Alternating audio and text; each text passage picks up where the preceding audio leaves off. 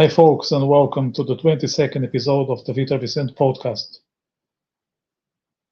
I have the honor today of chatting to Eliseu Rosa Jr., who is a Brazilian podcaster and comedian based in Poland. Eliseu is fluent in more than 10 languages. If you find hard to believe, stick around, and you find out that I'm not making it up. And if you enjoyed the episode, give me a thumbs up. It's very helpful to distribute the content. Also, subscribe to my channel. I would be grateful. See you in a sec. Hi, Eliseu. Welcome to my podcast. Thanks for the invitation. I'm very happy for being here. Yeah, and we could do this in 3 languages. Actually, in 4. I just realized in 4. In Portuguese, in Spanish, and in Italian. And when I say Portuguese, I mean Portuguese from Portugal and Portuguese from Brazil. The thing is, my Portuguese from Brazil is not as good as it was before, because you need to keep practicing. And it's been now 15 years since I was in Brazil. Now I talk with Brazilians quite often. I have a separate channel with a few Brazilian fellows. But within the interest of the audience, we're going to do it in English. And just to give you another compliment for people to know, this fellow here, he speaks more than 10 languages, and one of them is Portuguese from Portugal, which is very rare because most Brazilians don't make the effort, which is fine because we can understand each other.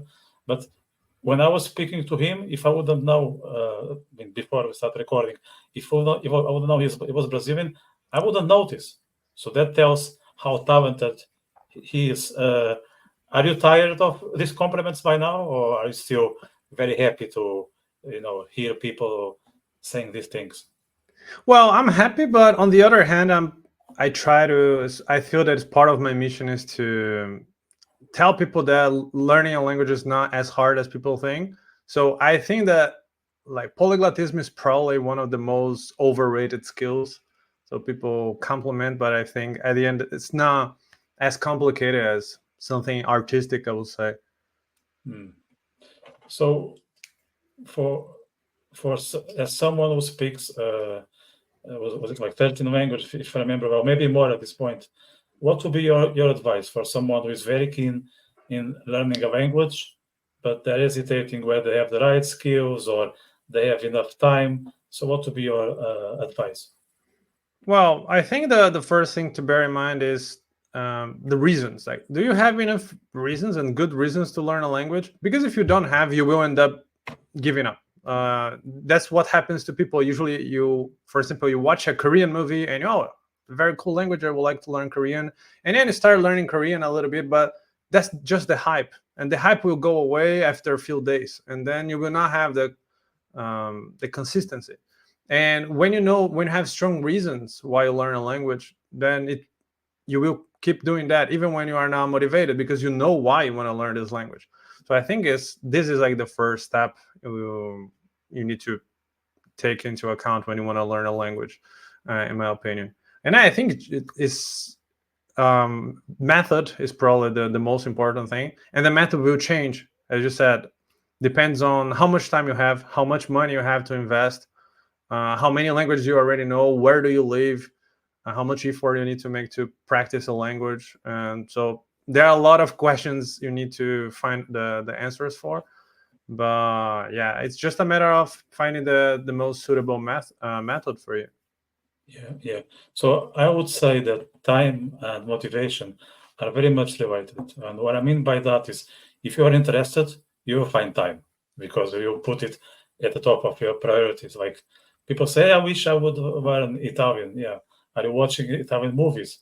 Are you listening Italian music? Or you just fancy hear people speaking in Italian when you go to the trattoria next to you? So that's a different thing. You need to put that as part of your life. And if you are really keen to learn that language, you will be exposed to that very often. So in terms of organizing time, I think I can I can put the answer very clearly. But in terms of methods, since you are more on the technical side of it, is there any specific or can you lay out the like a good method for the average person? So yeah, I think it of course depends on the language, because you need to bear in mind the language you know and the language you want to learn.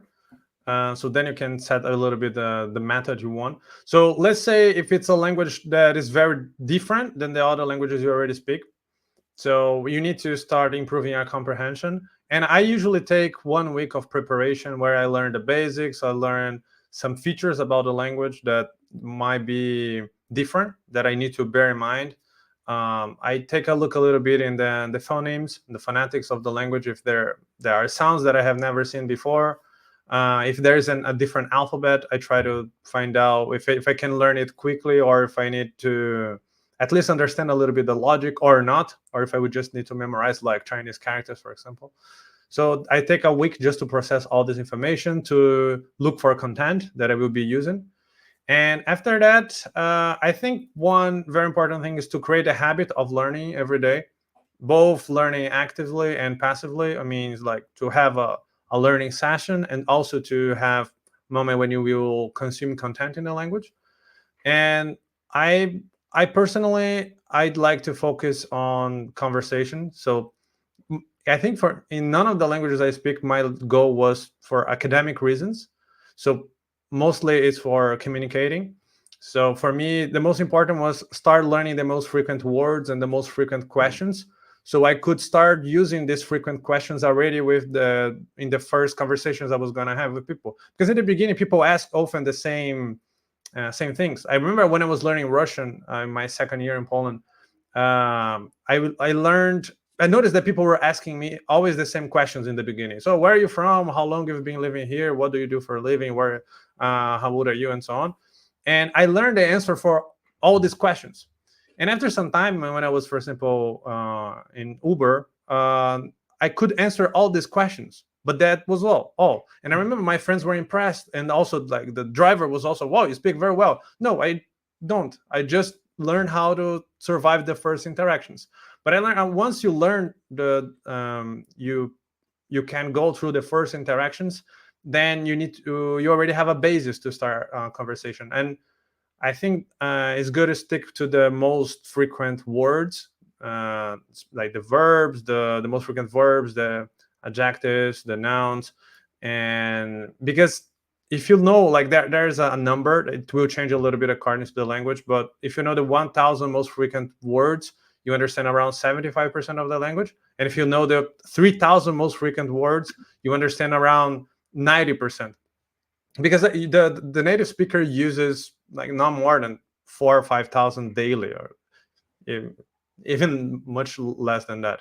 So yeah, improving the comprehension, I think, is the first step, because once you understand, then you can work separately on your active skills. So speaking, or maybe writing as well. For me, it has never been a priority, but if you want as well, you can also work on that separately. I think these are two different things. Like the knowledge and the skill are separate things.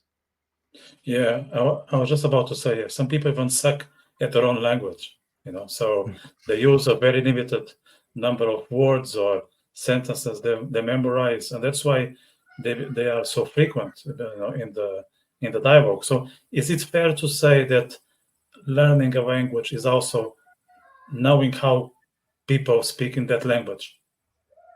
Yeah, I think because people communicate in different ways in different languages. So that's why it's important to have input in the language to see. Because in Portuguese, you will ask questions like, we will ask, is everything well? Mhm. And you will answer well. Why in Russian they will answer normal. And that's the well. And you need to know how people use, because I think the goal of everyone is to use their language in a natural way, like a native speaker will do. So you need to pay attention how native speakers use the language. So any changes according to the culture. Sometimes the languages, they are close, like Polish, Russian, they are not that distant, but the way that they will use some words and they will reply or they will ask something is different. So you also need to pay attention to that. And of course, the culture is different. Like some cultures are more open, others more closed. So did I understand correctly that in Russian, when you say that you are okay, that means I'm normal, or everything is normal with me. Yeah, normal means well. That's interesting because normal is not necessarily well. Normal can mean boring. At least if I try to interpret it, the meaning of normal. Like sometimes normal is even a bad thing. Like there's nothing exciting, there's no flavor, there is no spark. Of course, it's better to be in a normal situation than something really wrong is going on with you. Let's say you are ill, or you lost your job, or you lost your partner, or So normal is not necessarily bad, but it's not necessarily good either. Exactly. Or when they say not bad, that actually means good. But in our logic, not bad is if not bad, but it's also not good. So Yes. what's going on? But for them, not bad means good. So it's like when the native English speaker says not too bad, that means things are not okay. Yes.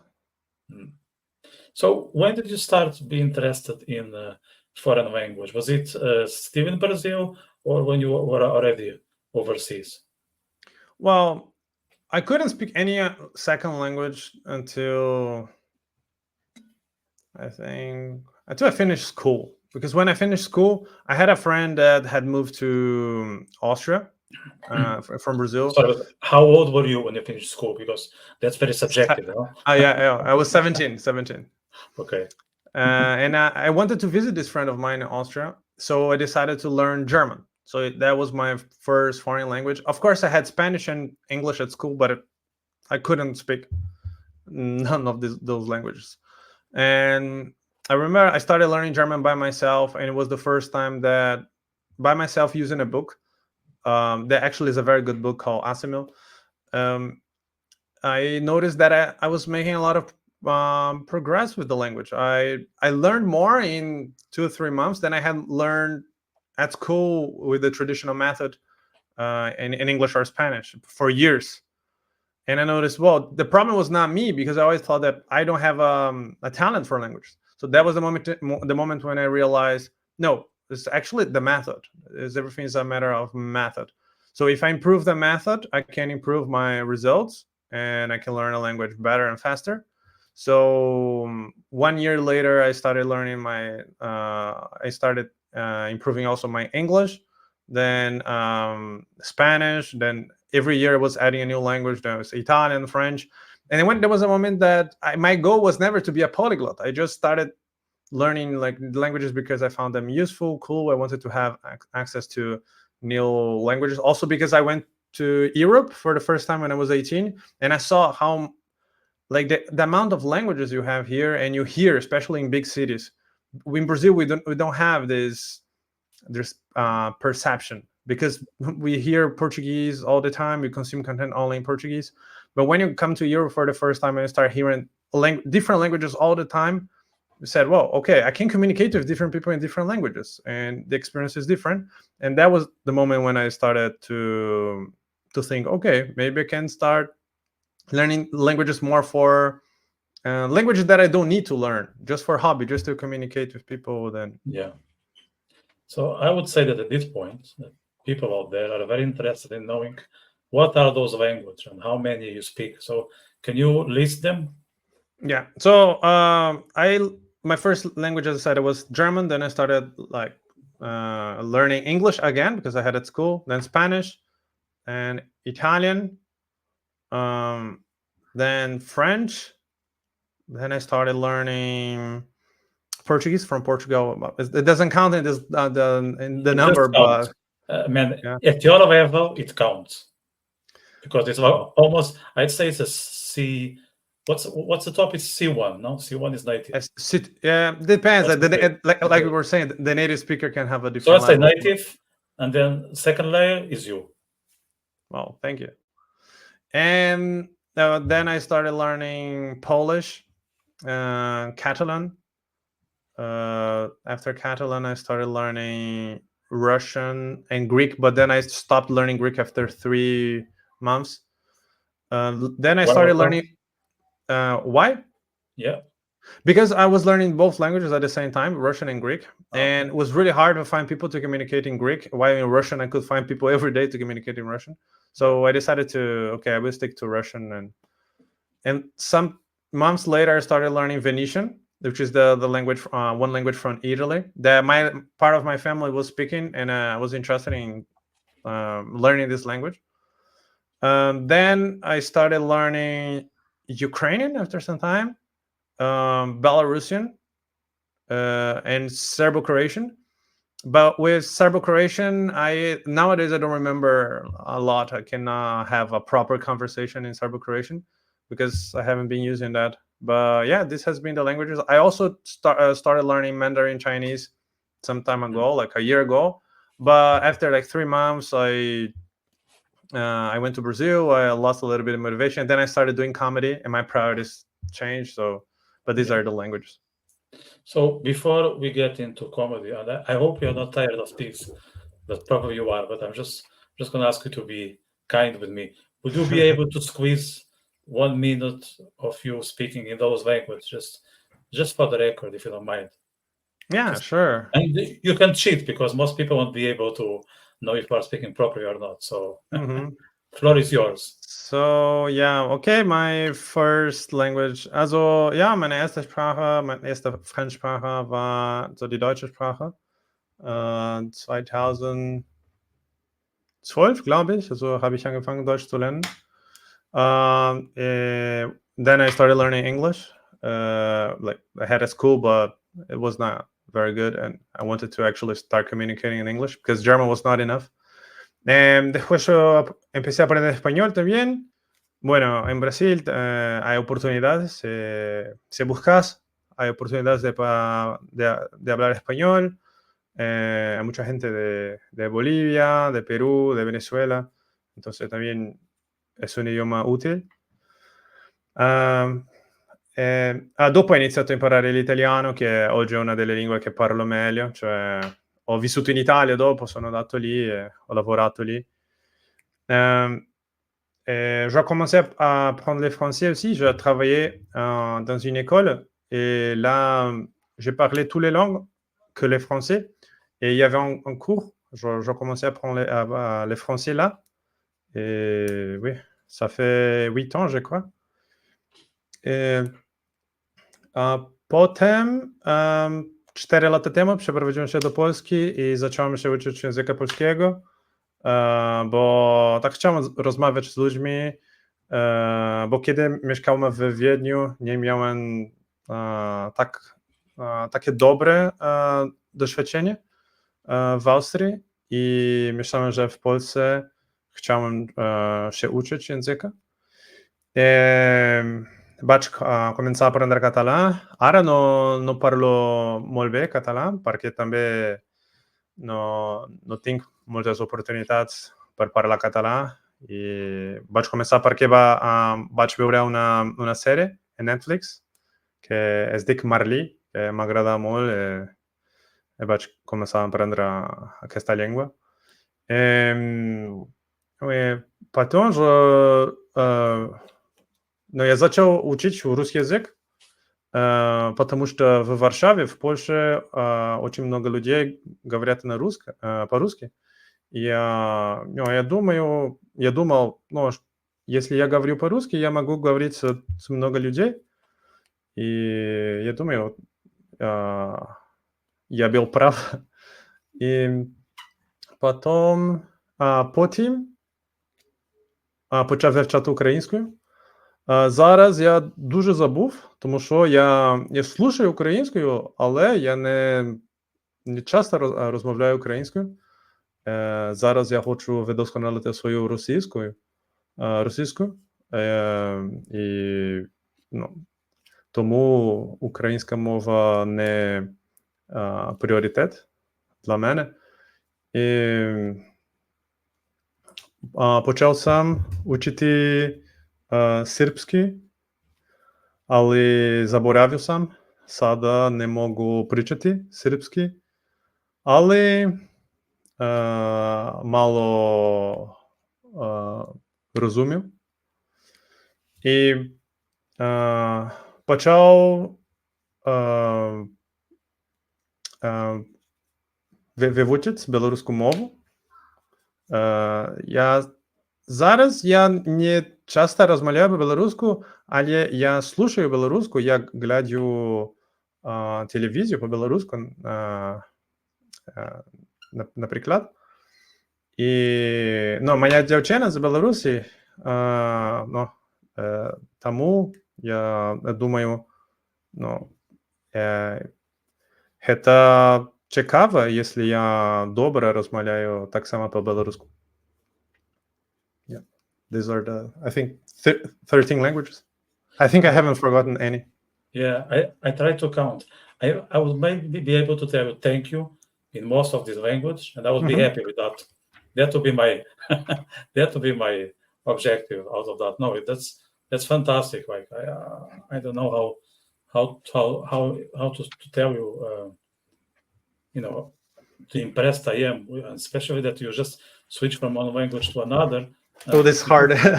Exactly, don't seem to get stuck. Just before we get into comedy, there's one question that bumped into my head as you were switching language.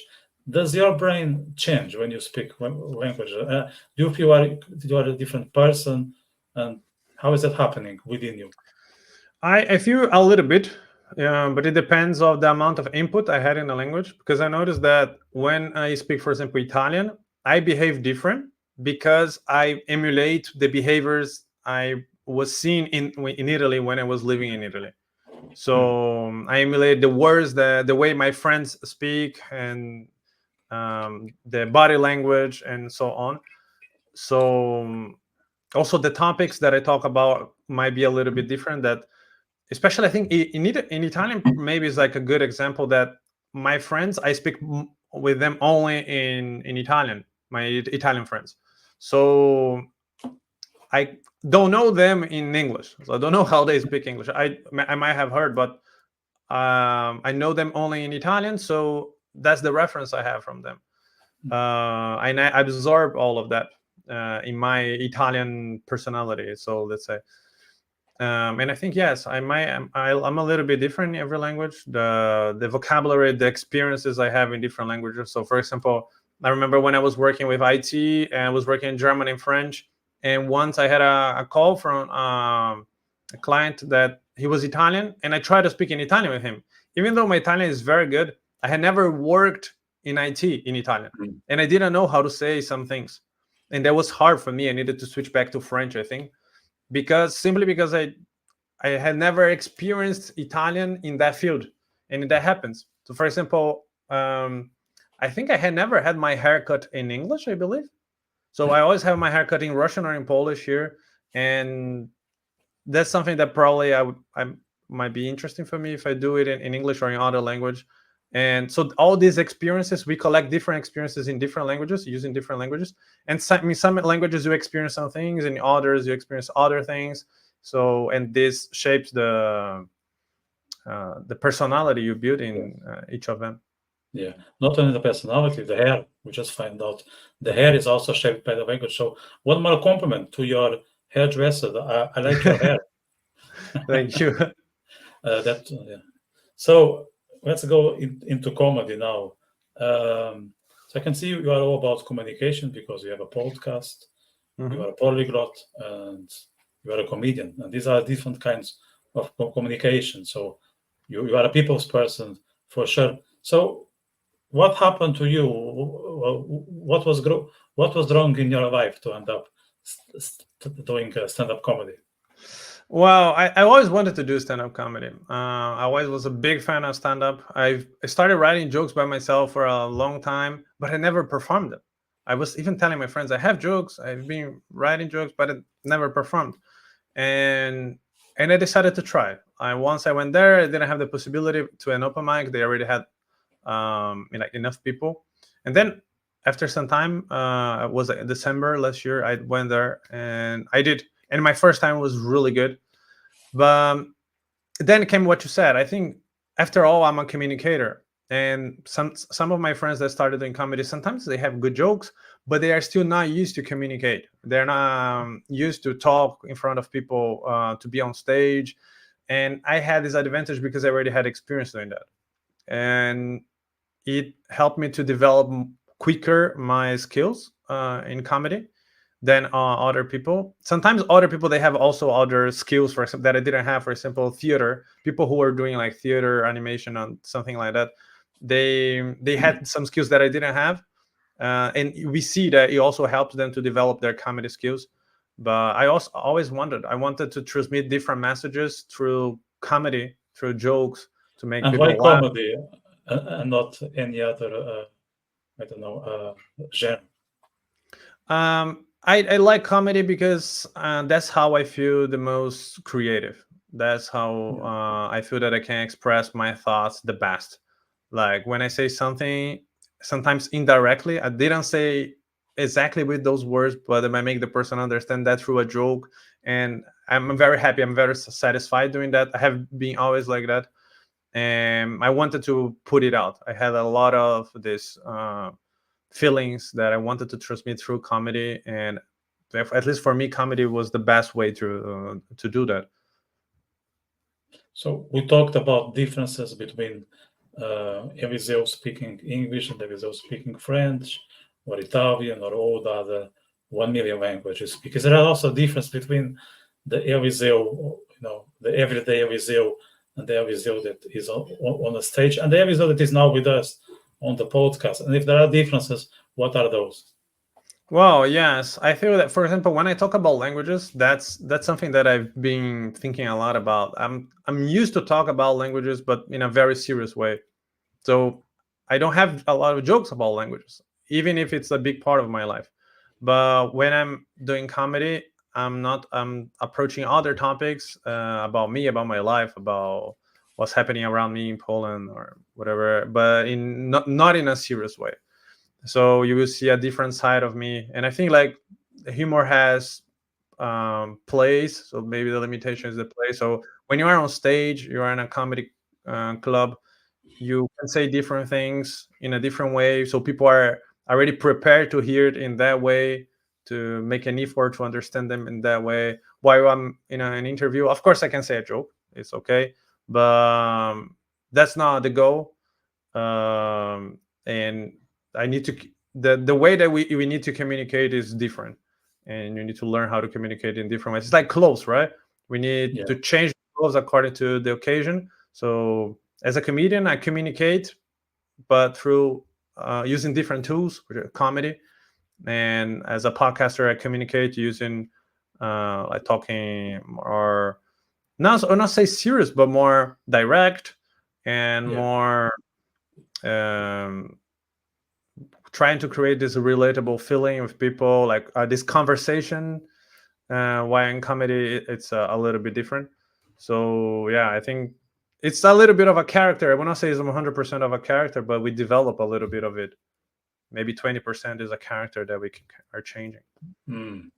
Well, this podcast is a safe space for people that are politically incorrect. So if you want to go that way, don't worry. You can just pretend you are on a stage. We are all about wit and sarcasm here. So it's up to you to pick your character.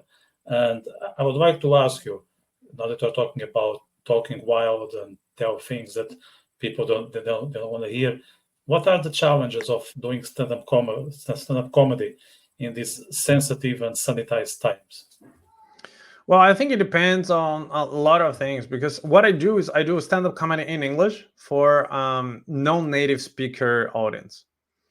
So And that's not a joke. People know he's talking serious. Yeah, I'm talking serious, and this is a challenge itself, because we never know what they understand. You never the reference they have. Sometimes you don't even know if they speak English, and then you see like some people like shaking their head and ask if they speak English. No, so, what are you doing here? Like, I mean, I was telling some of my friends, when we sell the tickets, we should like say, what's your English level, because sometimes like for a comedian, it's like, okay, the person is not laughing, maybe it's not funny, but sometimes you find out that the person just does not speak English. Maybe they just pop in to learn English. Maybe they use it maybe as an exercise. I'm not joking. It's a way to learn a language, is to be on a stand-up comedy club. Why not? Yeah, a friend of mine has been doing a lot. Has been going very often to stand-up comedy, also to improve her English, to find this international environment where people speak English. So yeah, it can be also a very good place for people to find English speakers wherever they live. Um, so yeah, I think that these are the biggest challenges of doing comedy in English. We don't share, because if I do comedy in Polish, that's what I want to start doing for Polish people. We share the same references. I can talk about anything about Poland that they will understand. While if I do that in English for people from different countries, I never know what they understand. And I never know if people who are there, they live in Poland or they are tourists that they just went to an open mic or to a showcase. So it's a question that we have no idea, and it also changes the how we approach comedy, and different cultures have also different approaches to comedy, different styles that they like. For example, I believe that in Ireland people like very much this very, how can I describe the British humor, but it is a little bit politically incorrect, right? The British Yeah. humor, a little bit, can be sometimes dark, a little bit sour. While Polish humor, I still feel that Polish stand-up, they bef- before getting used to stand-up comedy, they were already consuming a lot of cabaret, and they like a little bit more of this stand-up comedy where you are acting, you are moving a lot on stage. So, and the references are different when it comes to comedy as well. And for example, Polish people, especially in English, I would say they don't understand very much PC. I would say. While in other countries, like in Germany, I think that it's much bigger. So you need to be more careful about what you say. I believe, according to my experience. While like on the other hand, in Scandinavia, it's very similar, I think, uh, to England or to Ireland. They understand that you are there on stage and you it's just a joke, it's not part of reality. So the perception they have of comedy is different as well, according to my experience. Yeah. So I lived in Poland for a year. I spent 6 months in Katowice, another 6 months in Krakow. And my opinion of Poles when it comes to humor is that, yeah, it's true that they are not the funniest population in the planet, but they are not as gray as we tend to think, or at least as we are told. So the truth, as usual, is somewhere in between. Like, people have a great sense of humor over there. There are a lot of people who are good fun. They exist. Maybe in a smaller percentage than in Ireland or in England, or I don't know, in other parts of the world. But they have their sense of humor. Just need to um, spend some time with them and understand what the jokes are about. Maybe it's not your type. That's fine. Talk to the people out there. Maybe you don't connect to the way they make humor, but they do have humor. Like, every culture have their own humor. So you are now doing in Poland, but also you, I think, went to Denmark, Lithuania, and a couple of other places, and you always do it in English, right? So is it something that you adjust wherever you go? And actually, how do you approach scripts? That just come to my mind. You have a roadmap, or you just do it on the spot? No, I usually plan what I'm gonna do, because I depend if it's a showcase or an open mic. I know how much time I have, and I try to think in advance what I can know from the audience. So I went to Lithuania, for example, and I thought about, okay, I want to bring some jokes about Lithuania, and I imagine that the majority would be Lithuanians, would be of the Lithuanians, and it wasn't, but there were a lot of Lithuanians still. So I prepared some jokes about Lithuania, about Latvia, about Poland, Belarus, things that they would understand. So I try to think a little bit in advance about what kind of things they understand. So before the open mics and the showcase, I was paying attention to the country, talking to people about some culture, some stereotypes, and things that I could use to create jokes. Is a stereotype still something that we can use? Because for some people it's awful, like you are just making a generalization that everyone is the same.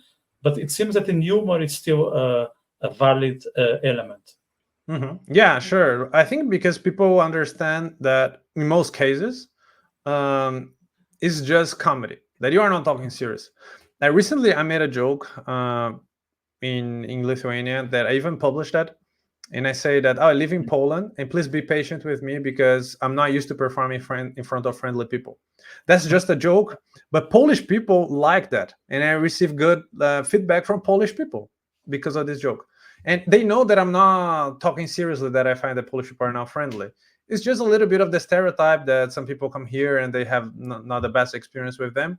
And that's it. It's just the stereotype, and they understand. And I was very happy with the fact that they understood and they were not mad at me. So yeah, I think it depends a little bit on what you're talking and the culture. Sometimes people understand. Our Portuguese people, I joke a lot of Portugal, and I would say the only thing that Portuguese people usually don't like, the kind of jokes that they usually don't like, is when I compare Portugal with Spain, or I call Portugal Western Spain. That's usually the only thing that I would say no.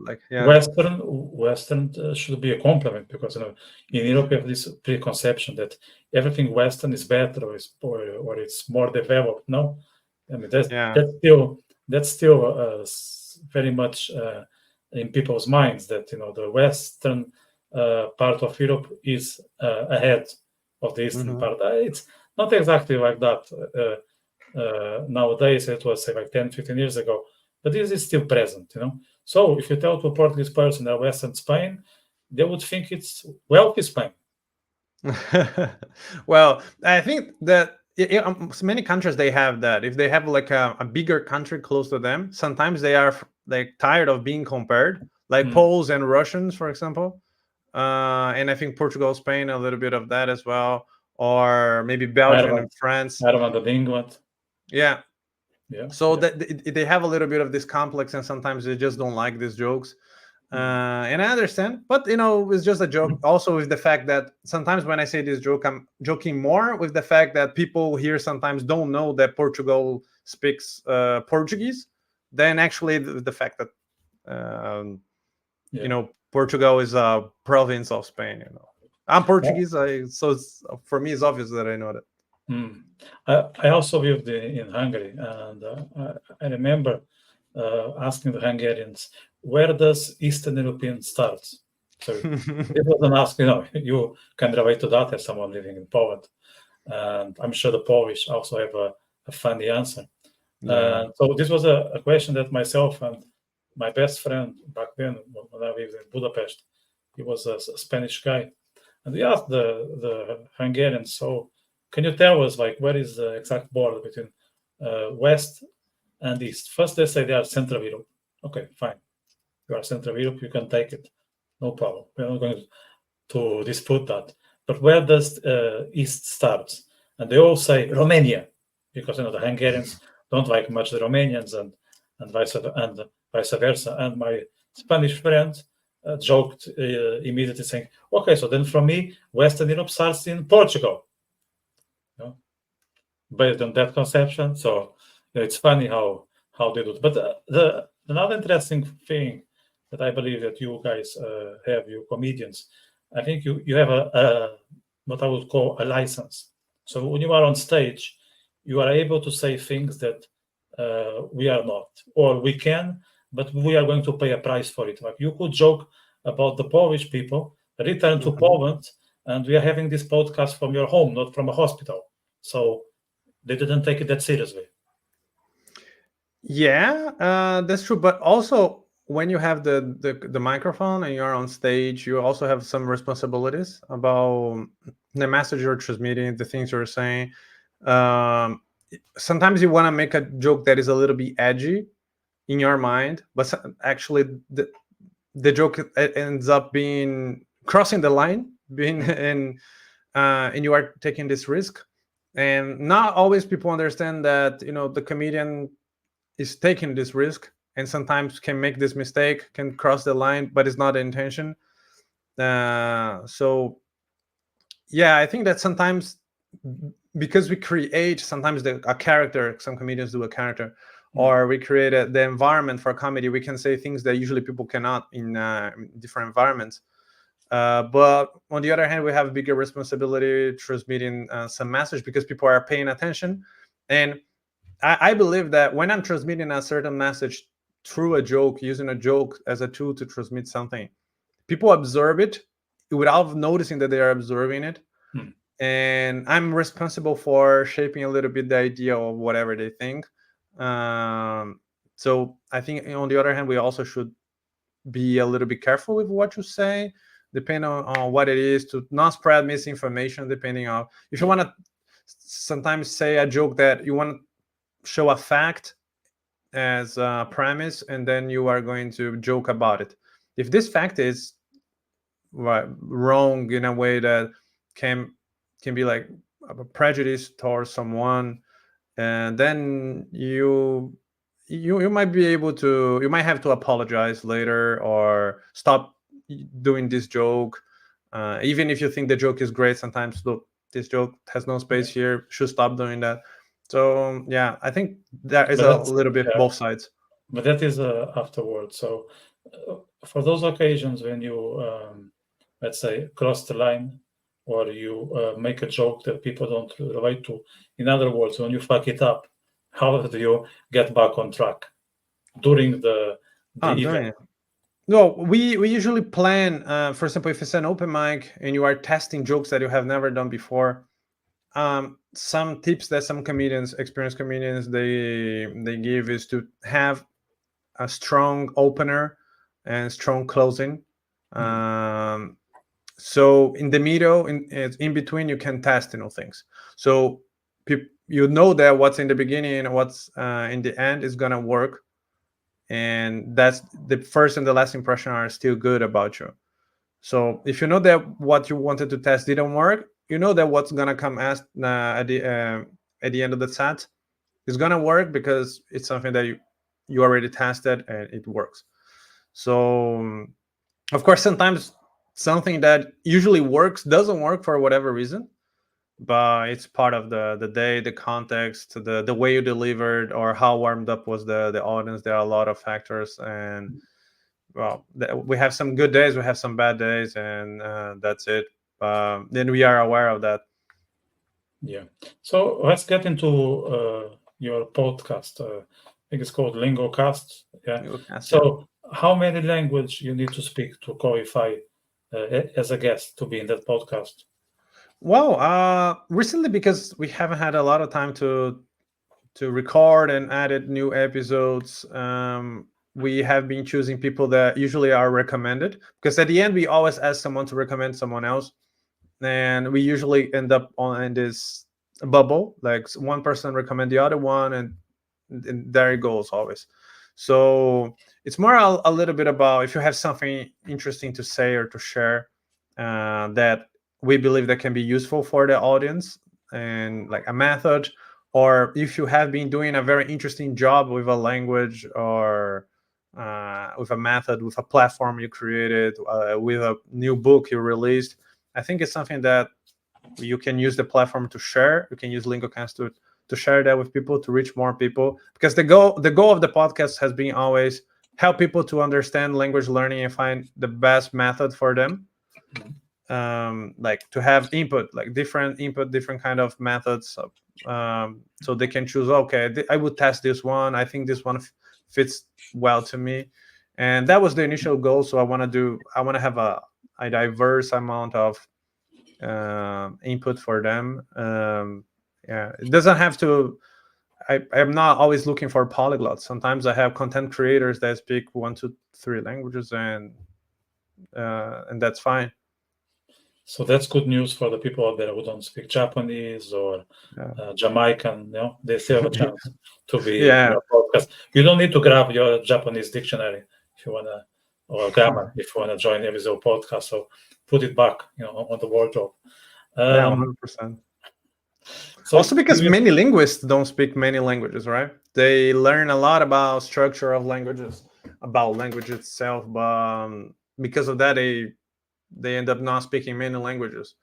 Not all of them. I would say most of them. Yeah, because again, it's like you can then use one just as a skill, and then I don't know, start an online course on that and doing private classes, and then it's your whole life. Is, let's say you learn, I don't know, French, and then you make a living out of that, so you don't have the room to invest in other language. So, and talking about that, you do multiple things. We have multiple hats, like myself, and I do struggle. I do struggle a lot, and I make my girlfriend struggling as well.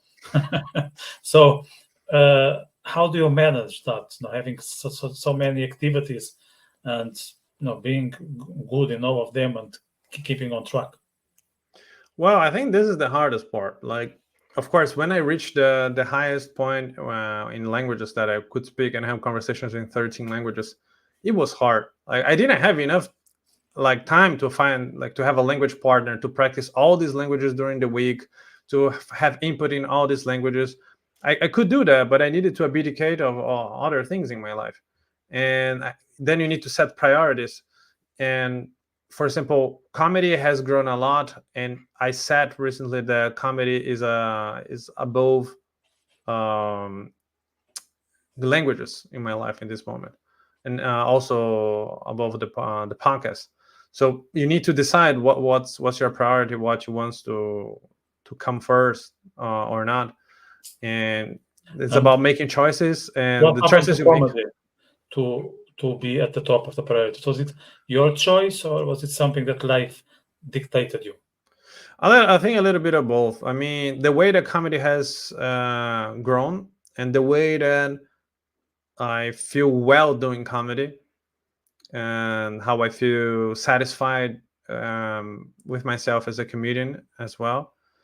And I also, with comedy, I find an utility. I find a usage for the languages, because it's just not the language to communicate with people. It's a language to do comedy. I can do comedy in these languages, but on the other hand, to do comedy in some languages, I need to keep the level very well, and I cannot keep the level in 12, 13 languages.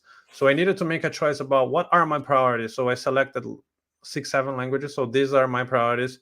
I want to keep these languages in a higher level because I want to do and try comedy in all of them.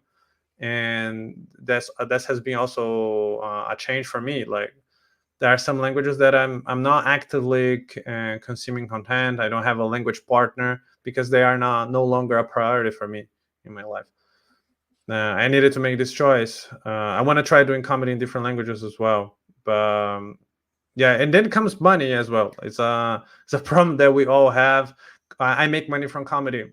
Why with the podcast, the amount of money I was not making with the podcast was not that much. Also because in the beginning it was not a goal. I didn't start a podcast with thinking about how I would make money and what was the long-term goal. I just wanted to share about languages. And with comedy, no, I started making money really quickly. So then, living in a European capital, being an adult, money is also important to improve your life quality, to give you a better life. And I see that comedy gives it to me more than other things, and some languages are more useful than others when it comes to that as well. So you lived in was it Austria or Germany? Yeah, both. In Germany, I didn't live for a long time, but then I lived in Austria, in Vienna. Germany, Italy, yeah. And now you are in Poland. You are in Warsaw, Warsaw. Warsaw, yeah, Warsaw. As they call it in Polish. Why did you pick Poland to settle and not, as we were saying, the fancy Western Europe? Well, it was back then. I was in Austria and I had a Polish girlfriend. She didn't want to stay there, and I was open to move to find a different place. And I found a job here. We moved, and even after we broke up, I decided to stay here. So I feel very well here. I still feel that I have a lot to learn. The culture is different. The mindset is different. So I'm always learning new things. So I'm very satisfied with Poland. But when Polish people, they love to ask you, "Oh, do you want to stay here forever?" Yeah, I don't know. I still do not know.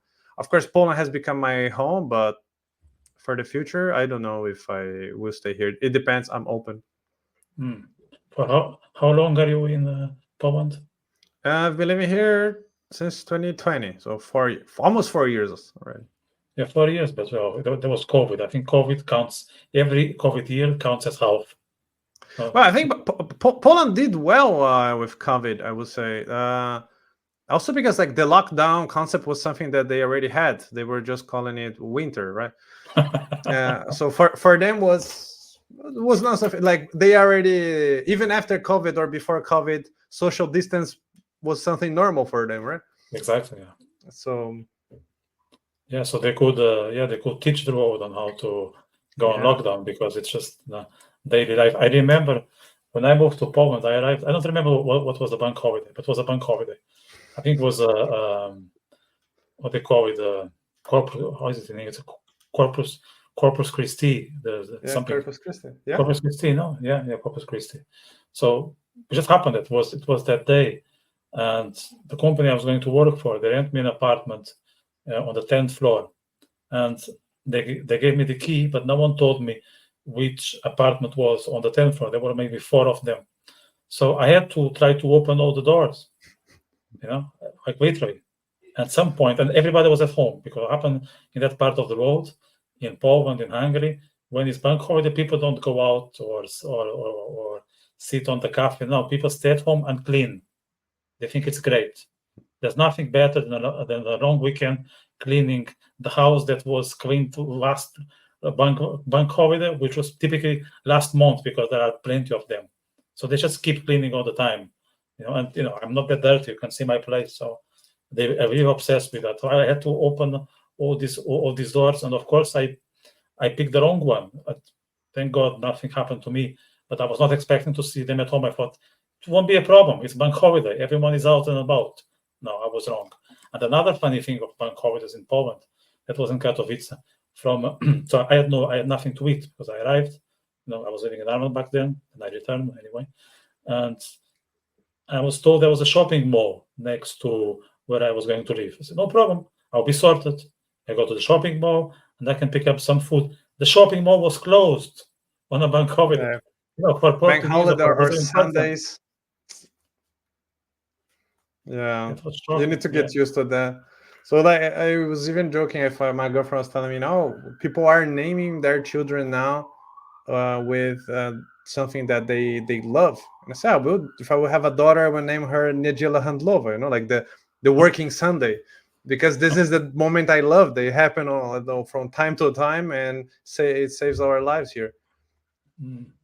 So you are in Warsaw. For people that don't know, Warsaw is kind of in the middle of Poland, just to make it simple. But it's towards east. Like you can sense already that Russia is not that far. It's very different than if you are in let's say in Krakow. Krakow is more like Austro-Hungarian. If you are in Poznan, it's more like Germany. If you are in Gdansk, it's more like the Nordic countries, but with a cheaper beer, so better. Yes. Warsaw is not that far from Russia, and we all know we don't need to live in Poland for that there's a war happening, out of joke now, between Russia and Ukraine. But at this point, I don't know if it's only Russia and Ukraine, but how is the perception from someone living in Poland of the war happening just next door? In the beginning, it was very scary, because we never imagined that it would happen. And when it happened, from the first day, we already start seeing the impact of it, because we already saw a lot of people coming.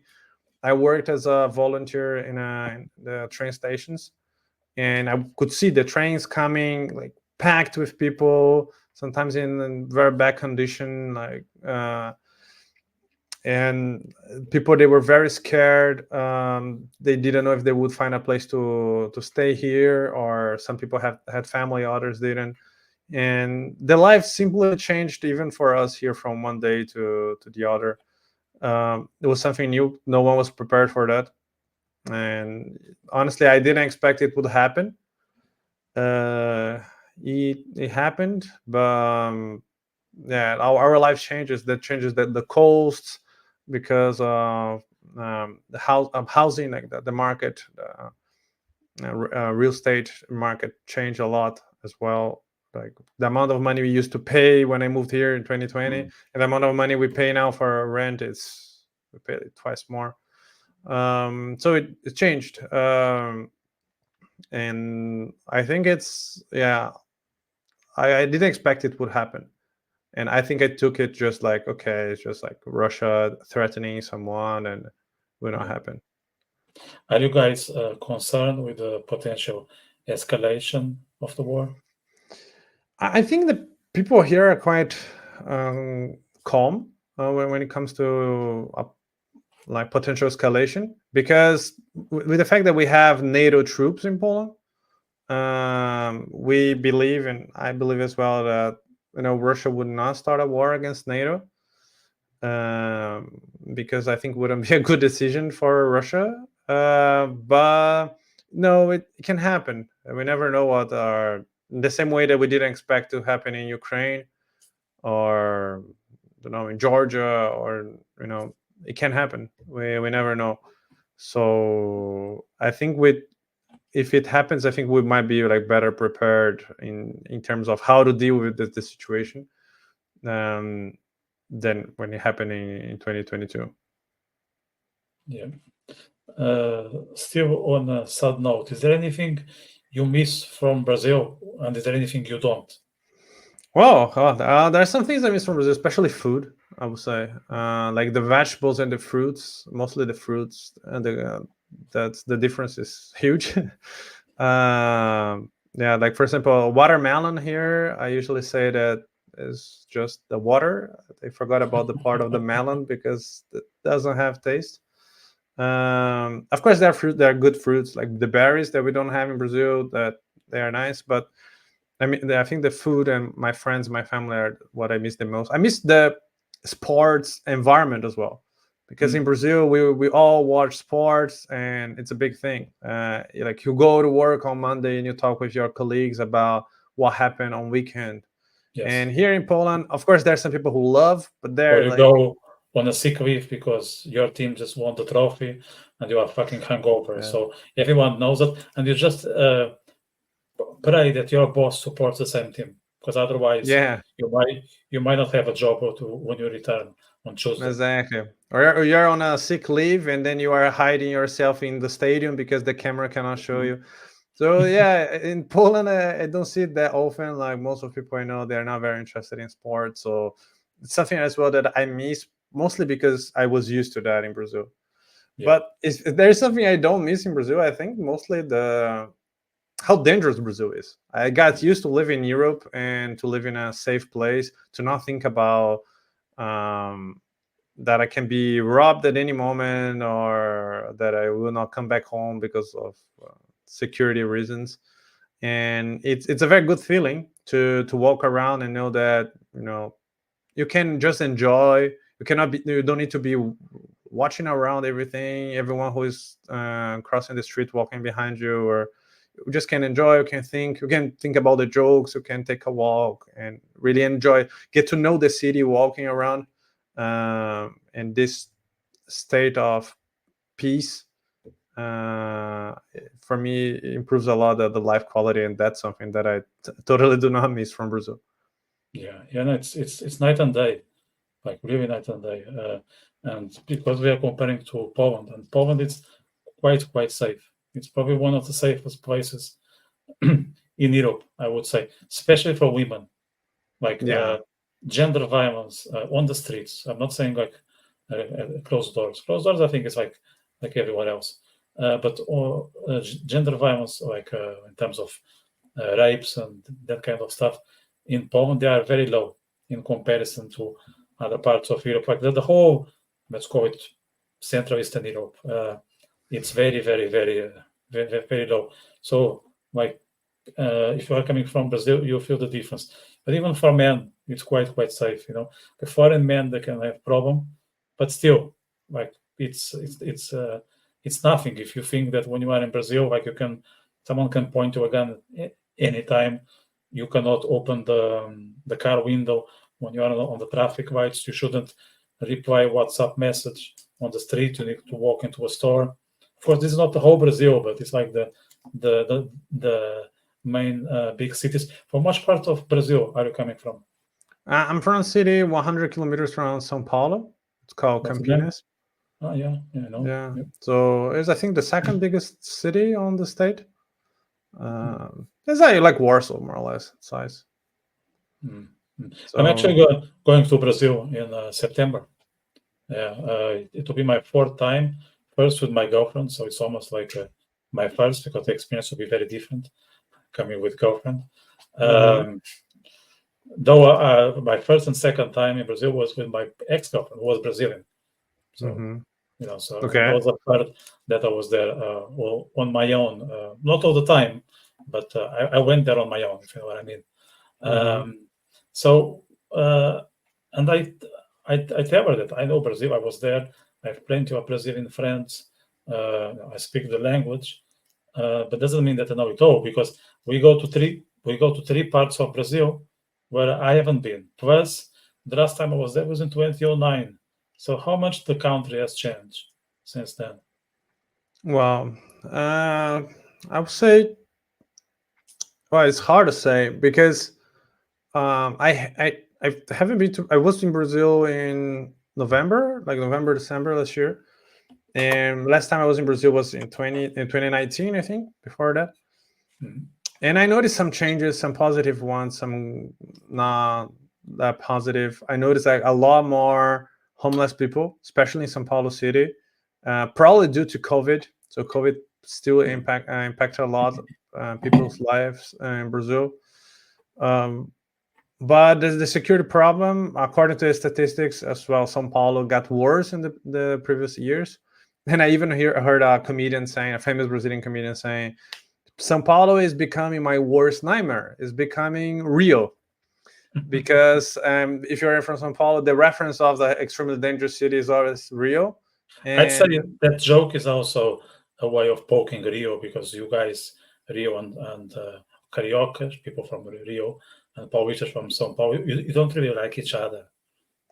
Yeah, I mean, I think the right way of looking at Brazil is like looking at Brazil as a European Union. Also because Brazil is more than twice bigger than European Union. So every state is more or less like a country. When you go to a state, I recommend trying the typical food. Don't expect people to be the same. Don't expect the social rules will be the same.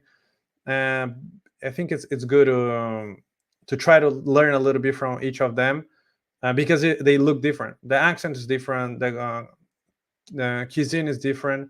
The traditions, the background. So if you go to Bahia, you will see a lot of people are like dark black people. Why, if you go to South Brazil, you see a lot of like blonde people, white European like people. So people look different as well. And that's Brazil. And it's hard to say what's Brazil. There are many Brazils inside Brazil, and it's part of the experience of Brazil, and depending on where you go there. Yeah, I typically compare Brazil to the United States. I think it makes sense, the analogy you did. I never thought of it, and I would subscribe it.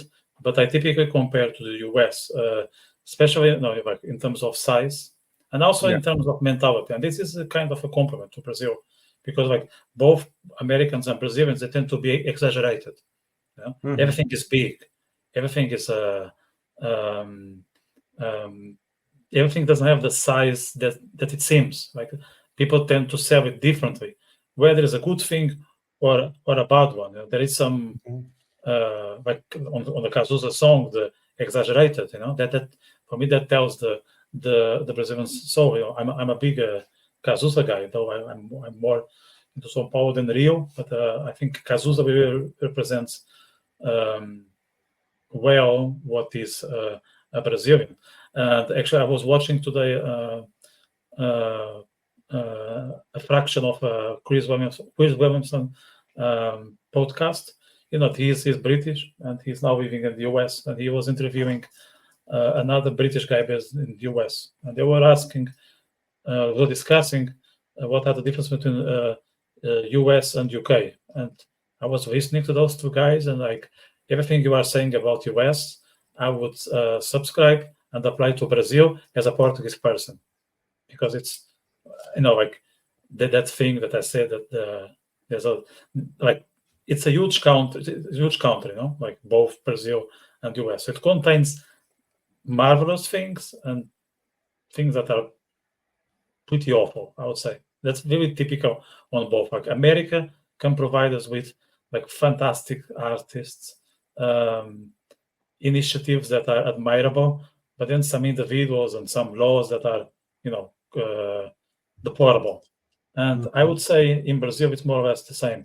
And the British were also saying that when they go to US, their accent stands out, and they all think that they are smart and they are serious. And that's the same way for us.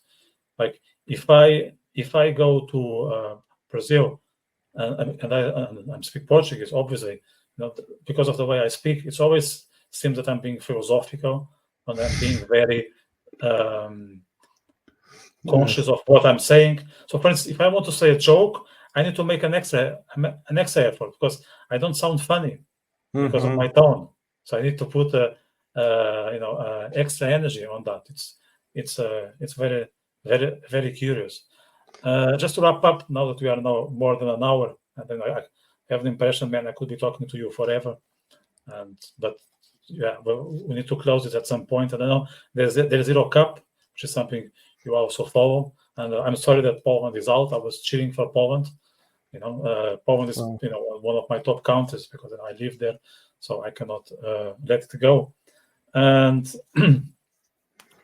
I was about to ask you, just to finish, like, what is your next project? So I can see it's not the next language. I can see it's not really the podcast. You are more focused on the comedy. So within the comedy, what are the next steps? Yeah, I want to try to do different comedy in Polish.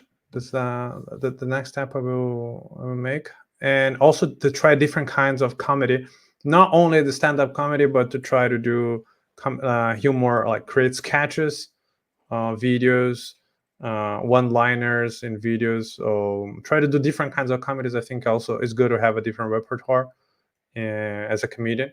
That's something I want to do. As languages, I think I will not start learning any new language in the close future. I will like actually to learn a language, but as I said, I cannot keep it and put it as a priority in my life. So yeah, not for now.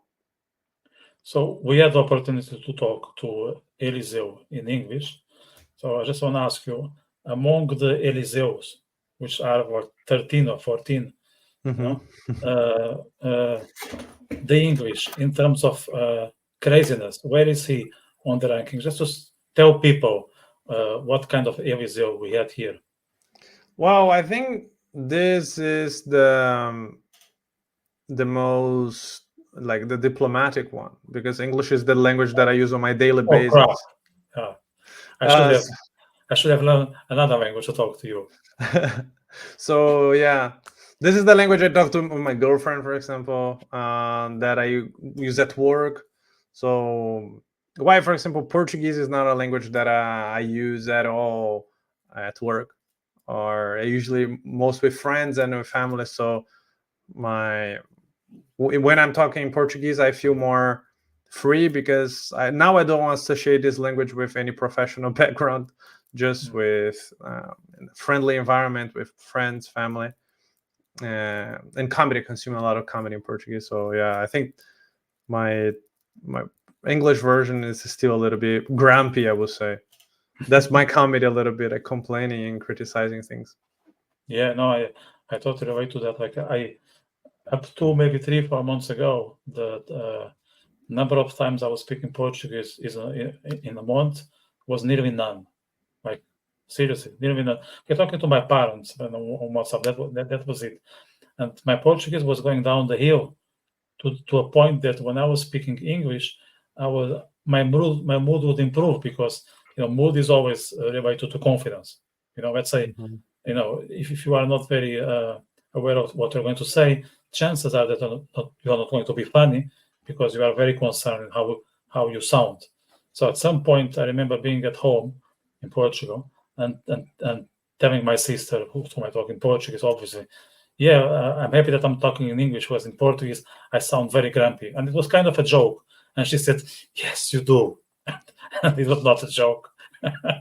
Yeah, but actually comedy helped me a lot with Portuguese, because if you would talk to me in Portuguese a couple of months ago before comedy, I was consuming almost zero content in Portuguese, and comedy brought back to that. I consume daily like podcasts with comedians or stand-up shows, and it helped me to improve and to get to know the current expressions that they are using in Brazil.